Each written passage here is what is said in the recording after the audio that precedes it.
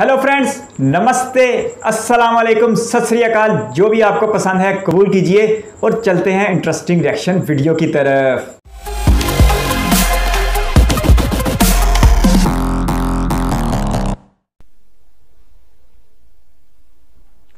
किसी भी देश की ताकत का आधार होती है उसकी अर्थव्यवस्था, और अर्थव्यवस्था को मजबूत करने के लिए आपको व्यापार को आसान करना होगा। आपको नहीं लगता कि अगर हम ट्रेड के लिए एक जगह से दूसरी जगह सामान को ले जाना आसान कर दें तो वो ट्रेड को बूस्ट करेगा, राइट? अब आसान का मतलब क्या है? एक तो कम समय में पहुंचे और सस्ते में पहुंचे। तो इस दिशा में चाइना ने कुछ कदम उठाए और हमें पता लगा कि चाइनीज मॉडल बैकफायर कर गया। अब आपको याद आ रहा होगा कि बुलेट ट्रेन तो इंडिया में भी हम इंप्लीमेंट करना चाह रहे हैं। टारगेट हमारा 2023 तक था, पेंडेमिक की वजह से अभी 2028 तक हमने उसको डिले कर दिया है। लेकिन क्या हम कुछ चीजें सीख सकते हैं चाइना से? ये हमें पता होना चाहिए। यहां से एक मेंस की इंपॉर्टेंट थीम बनती है, जो यहां से लर्निंग्स हैं उसको आप उस आंसर में यूज करेंगे। सबसे पहले तो जब मैं बुलेट ट्रेन का बोल रहा हूं ये वर्ड, तो actually it comes under HSR में, यानी कि मैं बात करूं हाई स्पीड रेल की। और कितनी स्पीड? तो एक डेफिनेशन कहती है 200 किलोमीटर पर आवर से ज्यादा स्पीड है तो HSR की श्रेणी में आएगी। अभी अगर हम डेटा की बात करें तो चाइना के पास जो नेटवर्क है हाई स्पीड रेल का, वो वर्ल्ड के नेटवर्क का 2/3 है लगभग। और सेकंड नंबर पर जापान है। और जापान और चाइना के मॉडल अगर हम नेटवर्क को कंपेयर करें तो जापान से 10 गुना ज्यादा चाइना का नेटवर्क है। तो अब मुझे बताइए, अब आपको लग रहा होगा कि चाइना का नेटवर्क इतना ज्यादा, तो यानी कि ये तो सक्सेसफुल मॉडल हुआ, लेकिन ऐसा जरूरी नहीं है। अगर नेटवर्क ज्यादा है इसका मतलब ये थोड़ी ना है कि वो प्रॉफिटेबल भी होगा। ये थोड़ी ना है कि जिस ऑब्जेक्टिव से उसको बनाया था वो ऑब्जेक्टिव सर्व कर रहा होगा। अब चलिए इसकी तह तक जाते हैं। देखिए 1990 में मॉडर्न चाइना के आर्किटेक्ट मिस्टर डेन जियाओपिंग वो जापान विजिट पर जाते हैं और वहां पर वो जापान का जो मॉडल है बुलेट ट्रेन का शिनकानसेन, उसको देखकर इंप्रेस हो जाते हैं। उनके अपने देश में 1993 में ऑन एन एवरेज जो रेलवे थी उसकी स्पीड थी करीब 38 से 48 के आसपास। अब 48 किलोमीटर पर आवर की स्पीड है। इस दौरान देखा गया कि लोग रेल को प्रेफर नहीं कर रहे थे, इससे ज्यादा एयर या फिर रोड को प्रेफर कर रहे थे। तो ऐसे में उन्होंने कहा कि कुछ तो इसमें करना हो। अब ये जो मैप है ये शो करता है नेटवर्क ऑफ बुलेट ट्रेन्स। अब देखिए ये जो आपको ये वाला पार्ट दिख रहा है ऑरेंज सॉलिड पार्ट, तो ये वो नेटवर्क है जो ऑलरेडी चाइना ने बिल्ड किया हुआ है। अगर आप देखेंगे कौन कौन से सेंटर्स हैं, तो शेंजन, शंघाई, बीजिंग, ग्वांजाओ, वहां कनेक्टिविटी है, यानी कि जो मेजर इकोनॉमिक सेंटर्स हैं उसको तो बुलेट ट्रेन से कनेक्ट किया ही। इसके बाद ये जो आप डॉटेड वाला पार्ट देख रहे हैं, जो ट्रैक टाइप आपको दिख रहा है, ये अंडर कंस्ट्रक्शन है।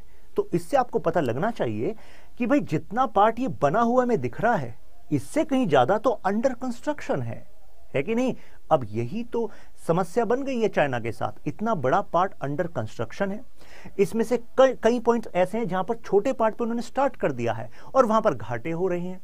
और इसके अलावा ये जो ब्लू वाला पार्ट आप देख रहे हैं, ये ब्लू वाला पार्ट है प्लान, यानी कि यहां पर वो बनाना चाह रहे हैं। दुनिया का सबसे बड़ा जो HSR का रूट है वो भी चाइना में है, बीजिंग से लेकर हांगकांग तक। नाउ फेलियर के कारण क्या, एक एक करके उनको समझते हैं। सबसे पहले तो डिले इन एक्चुअली फाइनलाइजिंग कि किस टेक्नोलॉजी का इस्तेमाल करना है, कौन से ट्रैक का इस्तेमाल करना है। आप कहेंगे ट्रैक बुलेट ट्रेन में इसमें भी कोई डिफरेंशिएशन है क्या? जी हाँ है। जैसे कि इस इमेज में आपको दिख रहा होगा, यहां पर आपको नॉर्मल रेलवे ट्रैक देख रहे होंगे, रेलवे की पटरी जैसे आप देखते आए हैं। आप कहेंगे इस पे चल जाएगी बुलेट ट्रेन? जी हाँ, देखिए आपको एग्जांपल के तौर पर दिख रहा है। लेकिन दूसरी एक टेक्नोलॉजी भी होती है, उसको हम कहते हैं मैगलेव, यानी कि मैग्नेटिक लेविटेशन। तो इस वाले मॉडल में तो क्या है, जो कन्वेंशनल व्हील होते हैं, स्टैंडर्डाइज्ड जो गॉज होता है, उसी के ऊपर इसका इस्तेमाल किया जाता है। लेकिन मैग्नेटिक लेविटेशन कुछ ऐसा दिखता है।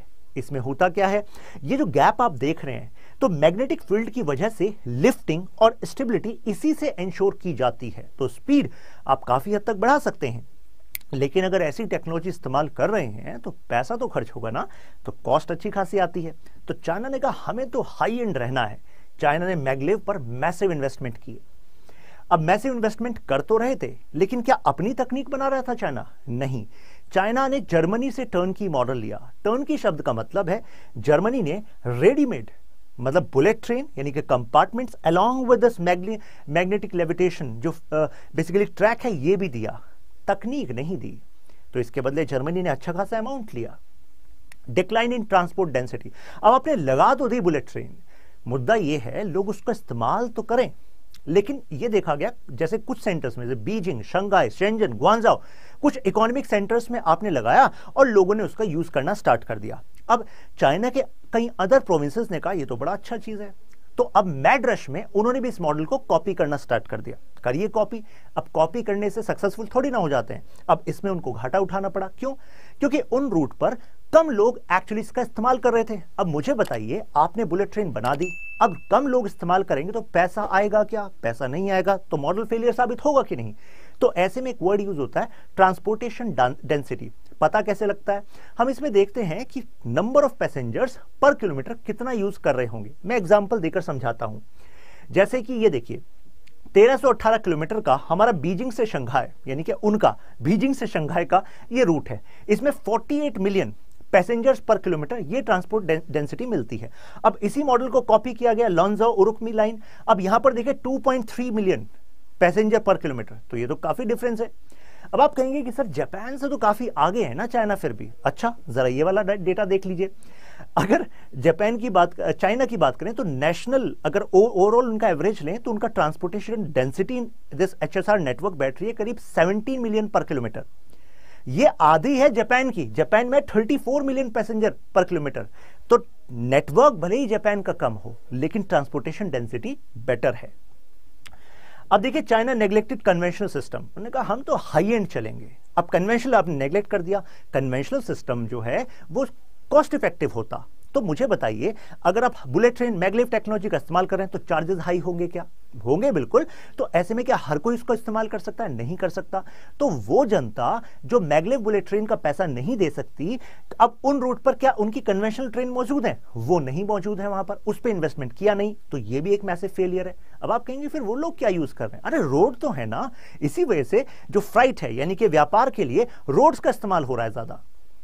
नाउ मल्टीपल फ्लॉस, 3 पॉइंट ध्यान रखिएगा, मेंस के क्वेश्चन में डायरेक्ट इस्तेमाल करेंगे कि भाई ये गलती हमें नहीं करनी। सबसे पहला हाई कॉस्ट, तो याद करने का तरीका सीटीएस, ऐसे याद कर सकते हैं, यानी कि हाई कॉस्ट। दूसरा है टेक्नोलॉजी, यानी कि अगर हम दूसरों से टेक्नोलॉजी लेते हैं, अपनी टेक्नोलॉजी नहीं है, प्लस टेक्नोलॉजी शेयरिंग एग्रीमेंट भी नहीं है, तो इसका मतलब है आप अपनी डिपेंडेंस बढ़ा रहे हैं। सेफ्टी कंसर्न्स भी हैं। सेफ्टी का मतलब क्या है? एक्सीडेंट्स वाला पोर्शन भी यहां पर आता है, और दूसरा पोर्शन है कि आसपास जो लोग रहते हैं, उन्होंने कहा एक तो नॉइस वाली प्रॉब्लम और इलेक्ट्रोमैग्नेटिक रेडिएशन से उनके हेल्थ पर प्रॉब्लम। तो यानी कि ये सीटीएस ध्यान रखिएगा, डायरेक्ट इस्तेमाल करना है। प्रीलिम्स में अगर क्वेश्चन बना दे which of the following concern are not the concerns of bullet train model in India, तो भी आपको पता होना चाहिए। तो कंसर्न है, राइट? Environmental concern. अब आप कहेंगे हाँ एनवायरमेंटल कंसर्न तो पता है, मतलब बुलेट ट्रेन के लिए चाइना ने फॉरेस्ट को हटाया होगा। नहीं, ये बात नहीं कर रहे। हम कह रहे हैं क्योंकि मॉडल फेल हो गया, इस वजह से लोग ज्यादा इस्तेमाल ट्रक्स का कर रहे हैं, और ऑन एन एवरेज पता लगा कि ट्रक्स की वजह से और ज्यादा पोल्यूशन हो रहा है, राइट? हेल्थ इश्यूज हो रहे हैं, अभी आपको बताया, noise, electromagnetic radiation, acquisition of foreign technology. उनकी जो अपनी टेक्नोलॉजी है वो कमर्शियल ट्रांसपोर्टेशन में सक्सेसफुल नहीं हो पाई, इस वजह से वो भी बाहर से टेक्नोलॉजी लेने पर मजबूर हैं। प्रोविंशियल गवर्नमेंट डेट ट्रैप, जो प्रोविंशियल गवर्नमेंट थी जिन्होंने कॉपी करना स्टार्ट किया था, अब उन्होंने क्या करा? हिडन डेट का इस्तेमाल किया। अब आप कहेंगे हिडन डेट क्या था? कैसा? उधार तो सबके सामने। देखिए हुआ क्या, इस मॉडल के लिए उन्होंने अपनी ही गवर्नमेंट की एंटिटी से उधार लेना स्टार्ट कर दिया। अब खुद ही सोचिए, एक सरकारी विभाग दूसरे सरकारी विभाग से उधार ले रहा है तो उधार ही, लेकिन ओवरऑल जो नेशन का डेट है वो उसमें नहीं दिखेगा। लगेगा कि हाँ देश का डेट थोड़ी ना बढ़ा है, लेकिन एक सरकारी विभाग ने दूसरे सरकारी विभाग से उधार ले लिया, अब वो डूब गया है, वहां पर नुकसान हो रहा है। तो आपको नहीं लगता अगर ये उधार अगर ना डूबता तो वो एक्चुअली जो पैसा है वो कहीं बेटर जगह इस्तेमाल हो सकता था? तो ये हिडन डेट है। क्लियर है बात? रिकवरी इन पेंडेमिक, अब जिन इन्वेस्टर्स ने इन्वेस्ट किया था, यानी कि इसके लिए बॉन्ड्स भी निकाले गए कि भाई आप जो है इसमें इन्वेस्ट कर दीजिए, हम तो प्रॉफिट कमाएंगे, फिर आपको इसका एक हिस्सा मिलेगा, ठीक है, आपको इंटरेस्ट भी मिलेगा। अब लेकिन क्योंकि पेंडेमिक के दौरान यूज नहीं हो पाया इतना, तो लॉकडाउन चल रहे थे, तो ऐसे में नुकसान हुआ, तो अब नए इन्वेस्टर्स भी आने मुश्किल हो गए हैं और पुराने इन्वेस्टर्स का पैसा स्टक हो गया। तो ये प्रॉब्लम झेल रहा है अभी चाइना। एक्सीडेंट्स की तो काफी सारे एग्जाम्पल्स हैं, देखिए, तो एक्सीडेंट भी एक कंसर्न है, सेफ्टी कंसर्न है। आई थिंक अब आपको ये पॉइंट्स पता लग गए होंगे, right?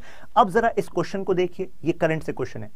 Indian Space Research Organization has launched the Polar Satellite Launch Vehicle carrying the satellites on 14 February 2022. Date देखिए, अब जरा बताइए। नाउ ये क्वेश्चन देखिए मैं इसका, discuss the learnings from other HSR models for India's bullet train plan. ये plan है, बुलेट ट्रेन प्लान। तो अब मुझे बताइए, अब इस क्वेश्चन को करने में कंफर्टेबल है कि नहीं? अरे पॉइंट तो तैयार है ना, क्या क्या लर्निंग्स हैं जो चाइना के फेलियर, अब हमारी लर्निंग्स हैं, है कि? उन्होंने बिल्कुल ठीक कहा कि डेवलपमेंट के लिए बिजनेस जरूरी है और बिजनेस के लिए इंफ्रास्ट्रक्चर यानी ट्रांसपोर्टेशन जरूरी है। शायद यही वजह है कि इंडिया में इस वक्त सबसे ज्यादा तवज्जो इंफ्रास्ट्रक्चर के प्रोजेक्ट्स पर दी जा रही है और इस वक्त तकरीबन 1.5 ट्रिलियन डॉलर के मेगा प्रोजेक्ट्स इंडिया में जारी, जिनमें ज्यादातर बड़ी तादाद में इंफ्रास्ट्रक्चर के प्रोजेक्ट ही शामिल हैं। लेकिन ये सुन के बिल्कुल भी अच्छा नहीं लगा कि इंडिया में 2017 में शुरू होने वाली पहली बुलेट ट्रेन को 2028 तक पेंडिंग कर दिया गया। ये बहुत बड़ा गैप है। अपने इंफ्रास्ट्रक्चर के इस मेगा प्रोजेक्ट्स में बुलेट ट्रेन का नाम सबसे ज़्यादा नुमाया था, जो अहमदाबाद से मुंबई तक तकरीबन 800 किलोमीटर के इलाके तक चलनी थी और इसका जो कॉस्ट है वो बहुत ज़्यादा है, 1 लाख करोड़ से भी ज़्यादा। जापान के ताउन से ये बनाई जा रही है, लेकिन मुझे ये सुन के बिल्कुल भी अच्छा नहीं लगा कि इसे 5 से 6 साल के लिए डिले कर दिया गया है। ऐसे तो इसकी प्रोजेक्ट कास्ट बहुत ज़्यादा बढ़ जाएगी और बिल्कुल हर मंसूबा दरम बरम होकर रह जाएगा। और जो भारत के लोगों ने एक लंबी उम्मीद लगा रखी है अपनी पहली हाई स्पीड ट्रेन के लिए, वो उम्मीद बनती नज़र नहीं आ रही। जहाँ तक मेरा ख्याल है, बुलेट ट्रेन के ना बनने में इंटर स्टेट्स पॉलिटिक्स का अच्छा खासा हाथ था, लेकिन अब पिछले चंद दिनों से बीजेपी महाराष्ट्र में आ चुकी है, तो इसको अब प्रोजेक्ट को जल्द अज जल्द मुकम्मल करना चाहिए, बजाय इसके कि इसकी प्रोजेक्ट कास्ट बहुत ज़्यादा बढ़ जाए। और दूसरी तरफ अगर चाइना की बात की जाए तो चाइना ने जिस हमाकत का मुजाहरा करते हुए अपने अवाम के करोड़ों अरबों यौन जो लुटा के रख दिए हैं बुलेट ट्रेन के चक्कर में, वो सच में दुनिया के लिए एक इबरत का निशान बन जाएंगे कि चंद बड़े शहरों के दरमियान तो चलो किसी हद तक ये ट्रांसपोर्टेशन कामयाब हो गई, क्योंकि वहाँ पर ट्रैफिक का दबाव अच्छा खासा था और जितना ट्रेन के अखराजात थे उतने ही आमदन हो जाया करती थी या थोड़ा बहुत प्रॉफिट भी था। लेकिन जिन इलाकों में ट्रैफिक नहीं थी और सिर्फ दुनिया को दिखाने के लिए चाइना ने बुलेट ट्रेन के जाल बिछाना शुरू कर दिए, उसका एक खमियाजा ये निकला कि वहाँ पर अब ट्रैफिक बहुत कम होती है और वहाँ पर आमदन ना होने के बराबर है। इसके साथ साथ गुजरते हुए वक्त के साथ साथ दुनिया भर में हर प्रोजेक्ट की कीमत में इजाफा होता चला जा रहा है। तो चाइना के लिए ये सारे बुलेट ट्रेन प्रोजेक्ट जो हैं गले की हड्डी बनते जा रहे हैं, जो ना उगले जाएंगे और ना निगले जाएंगे। तो सच में ये एक इबरत का निशान बन गया चाइना अपने बुलेट ट्रेन प्रोजेक्ट को लेके। लेकिन ये बात सुनने में बहुत हैरानगी वाली भी थी कि दुनिया में 50% जो हाई स्पीड रेल का नेटवर्क है वो चाइना के अंदर मौजूद है। इतनी चाइना ने, वैसे ये बात सच है कि चाइना ने बहुत तेज़ी से तरक्की करते हुए बुलेट ट्रेन का जाल बिछाया था और 1993 तक यानी 1993 तक जिस मुल्क में ट्रेन की एवरेज स्पीड सिर्फ 50 किलोमीटर थी, आज वहाँ पर 200 किलोमीटर एवरेज की स्पीड से भी ट्रेनें चल रही हैं। तो ये तो एक कामयाबी है, लेकिन हर पूरे मुल्क में जाल बिछा देना बुलेट ट्रेन का, ये दूसरी तरफ एक नाकामी बन के सामने आया। इससे एक तो चाइनीज का कर्जा बहुत ज़्यादा चाइनीज़ का बढ़ गया और दूसरी तरफ टेक्नोलॉजी इनकी नहीं थी। जर्मनी से ये टेक्नोलॉजी ले रहे थे और वो अच्छी खासी महंगी थी। अगर ये टेक्नोलॉजी अपनी बनाते तो शायद कास्ट का फ़र्क यकीनी तौर पे आ सकता था, लेकिन चाइना ने जर्मनी पे डिपेंडेंट रहते हुए टेक्नोलॉजी वहाँ से हासिल की और ना जहाँ पर इतने ट्रैफिक नहीं थी, लोगों का इतना रश भी नहीं था और इतनी आमदन की तवक्को नहीं थी, वहाँ पर भी बुलेट ट्रेन का जाल बिछाना शुरू कर दिया और आज ये घाटे का सौदा बन के सामने आ रहा है। मुझे तो ऐसा लग रहा है कि सुपर पावर बनने के चक्करों में चाइना ने अपनी बर्बादी करके रख दी है और चाइना के ये बुलेट ट्रेन के मेगा प्रोजेक्ट जो अरबों खरबों डॉलर के हैं वो चाइना के लिए वाइट एलिफेंट बन चुके हैं। मेरी बेस्ट विशेज़ हैं बुलेट ट्रेन को लेके, क्योंकि मुझे 2028 की डेट सुन के सच में शौक लगा है। ये 2017 से ये प्रोजेक्ट शुरू हो चुका है। जापान के वज़ीर-ए-आज़म शिंजो अबे जो पिछले दिनों हलाक कर दिए गए हैं, वो इंडिया आए थे तब ये प्रोजेक्ट शुरू हुआ था। लेकिन आज ये प्रोजेक्ट अगर 2028 तक डिले कर दिया गया तो 11 साल का डिले तो इसमें भी आ गया है, तो ये कॉस्ट बहुत ज़्यादा बढ़ जाएगी। मेरी बेस्ट विशेज़ हैं कि भारतीय शहरी जल्द अज जल्द अहमदाबाद से मुंबई तक बुलेट ट्रेन को एंजॉय करें और 800 किलोमीटर, जहाँ तक मेरी याददाश्त है तकरीबन 800 किलोमीटर ही मुझे तो याद पड़ता है, 800 किलोमीटर की इस हाई स्पीड रेल को पूरी तरह एंजॉय करें। लेकिन दूसरी तरफ इसके भी साइड इफ़ेक्ट निकल के सामने आएंगे, वो ये कि इसका किराया दूसरी रेलवे की निस्बत बहुत ज़्यादा होगा। तो मैं उम्मीद करता हूँ कि भारत बिल्कुल चाइना की तरह इस तरह की किसी परेशानी का सामना नहीं करेगा और जल्द अज जल्द अपनी हाई स्पीड ट्रेन को मुकम्मल कर लेगा। आपके कीमती वक्त का शुक्रिया। अपनी सजेशन कमेंट बॉक्स में दीजिए, मुझे इजाज़त दीजिए। इस वीडियो को यहाँ तक देखने के लिए आपका बहुत सारा धन्यवाद। मिलते हैं एक और रिएक्शन वीडियो में, तब तक के लिए बाय।